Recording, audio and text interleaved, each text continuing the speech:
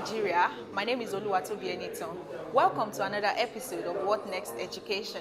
To discuss the challenges and way forward in the education sector in Nigeria, I have the Deputy Director of the MacArthur Foundation, Dayo Olaide, to share his thoughts on the education sector. Good to have you on the program. Thank you very much. Okay, to start with the recent policies made on education by successive governments to improve the sector, what would you say are the loopholes that hasn't made education in Nigeria to meet the standard with the global best practice? There's no one single problem that you can say is responsible for the poor learning outcomes or even lack of access to education in the country. I think there are at least 5 critical issues that we can talk about. First will be the policy, which you mentioned. Now, over the last 20 years or thereabout, we've had a lot of discussions about policy reforms, policy review in order to be able to strengthen the administration and the management of the education sector in the country. The universal basic education, for example, was put in place to be able to complement what the states are spending at the state in the education sector. Secondly, is the funding.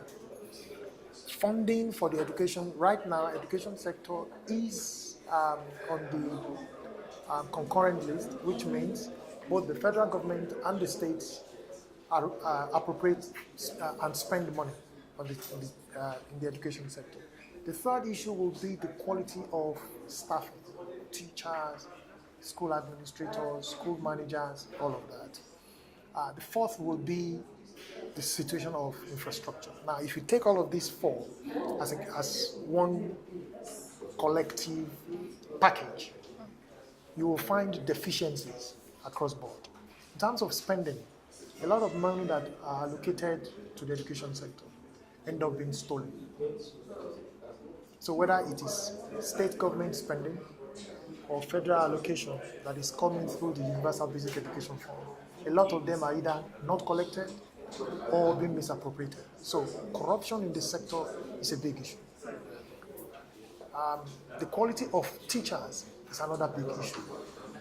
Of recent, under the former state governor of Edo State, practically decided, look, I'm going to replace all the teachers. The same thing we also saw in Kaduna State. So the quality of teachers and the quality of teaching remains a major challenge to education sector in the country. Similarly, infrastructure.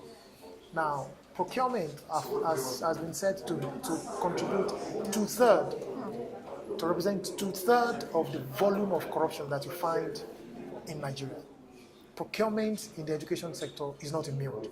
So, major challenge remains that must be addressed. So, in my own impression of the education sector is such that, in terms of the input, what we are putting in, a lot still needs to be done, and therefore we cannot be saying that we need to improve learning outcome if we do not correct what we are putting in. We need to do a lot more in terms of infrastructure improvement. We need to do a lot more in terms of ensuring accountability in the way and manner budget allocations to the education sector are managed. We need to do more to train teachers, attract and retain the right set of teachers, and those that do not qualify to teach, we need to help them, ease them out of the system and find more creative things that they can do and do better. Okay, now talking about funding, we see that humanitarian agencies like the World Health Organization and other agencies have actually rendered intervention to the north, which we see that they have high illiteracy, because about over 10 million children, out of school children, are in Nigeria, and the north account for a larger percentage of that. Why is it that there has not been any improvement in the north? We see monies given, scholarship given to all these children so that they can, even free education is declared there, but we still see that when you go to households, you find out that children are still on the streets. We have this almajiri, begging, and the rest. So I don't really know. Is it that they are not getting things right in terms of even managing the funds allocated to So them? first, I think the framing that the North is the problem may not be totally correct. I mentioned Edo State right now. I mentioned Kaduna State as well in my earlier statements to say that this Edo State is in the south, Kaduna State is in the north.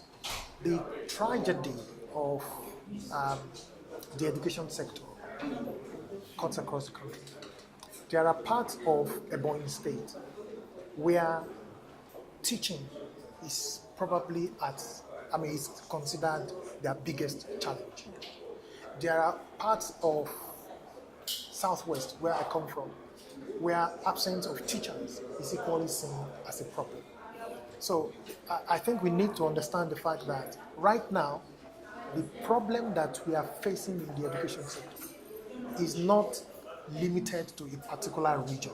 It cuts across. But I do, however, admit that the North probably has a larger number of, a larger incidence of this challenge, right?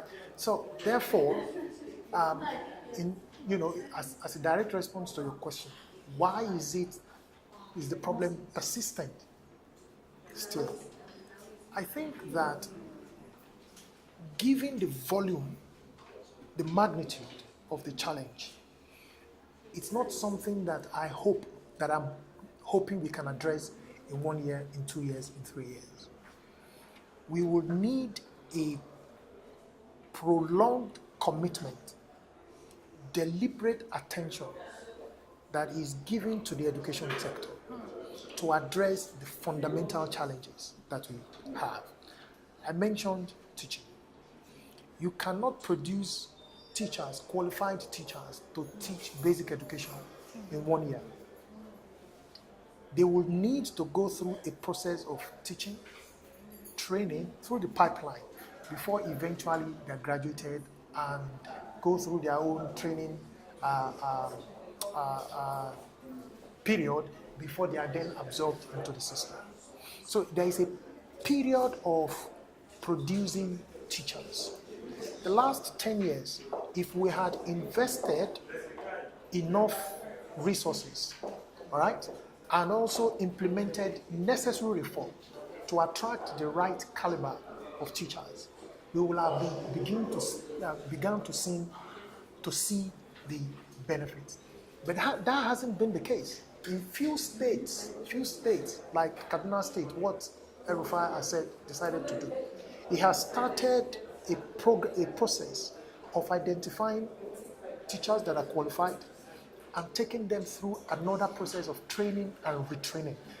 The effect of this we may not see the effect of this in 6 months, but down the road, ultimately, we'll begin to see the effect. Similarly, in terms of funding, government will need to do more to block the leakages. There are there are appropriations for some schools that are ghost schools. There are appropriations for some schools where the number of teachers have been inflated. Government will need to do more to block these leakages. But the fundamental thing to emphasize is that the type of changes that is required, that we require, dream to see in the education sector, will require time, will require dedication from the federal government and all the key stakeholders in the sector, and will require the vigilance of Nigerians who keep monitoring and putting pressure on government to stay course. Okay, now I have spoken to a lot of civil society organization stakeholders, and they've categorically stated that they don't even see the education sector in Nigeria going in a very speedy development rate, with the fact that they attribute political interference into the works of technocrats. When you bring technocrats to reform the education sector, it is seen that this political class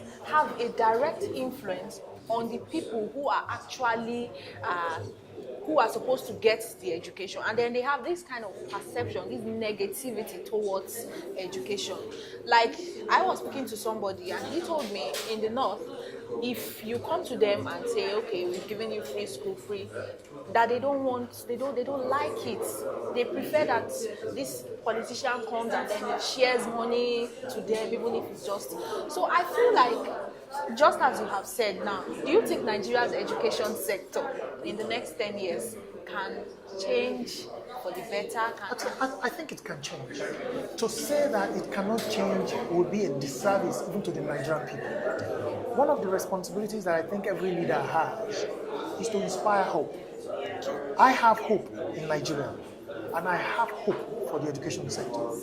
The education sector is not as, even as it is, in spite of the numerous challenges facing it. I think if we are able to mobilize the commitment, the collective will to change it, we can. And let's not say that some changes are not taking place. Some changes are taking place.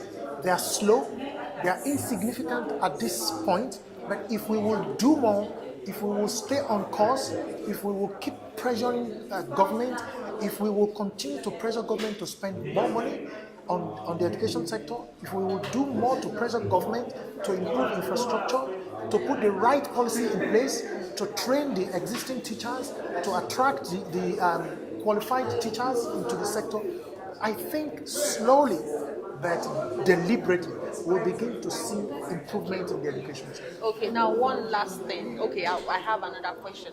Corporal punishment. What's your thoughts on that? In the African culture, punishment, or what you call discipline, is an important part of any upbringing. What is corporal punishment in the African setting is something that I think many of us grew up. I attended public primary school, where punishment was an important part of forming and shaping the character. And we most sincerely thank you so much for your time. It's my pleasure. And I have been speaking with the Deputy Director of the MacArthur Foundation, Dayo Olaide, who has shared his thoughts on the education sector in Nigeria and stated the way forward. And this is where we draw the curtain on this week's edition of What Next Education.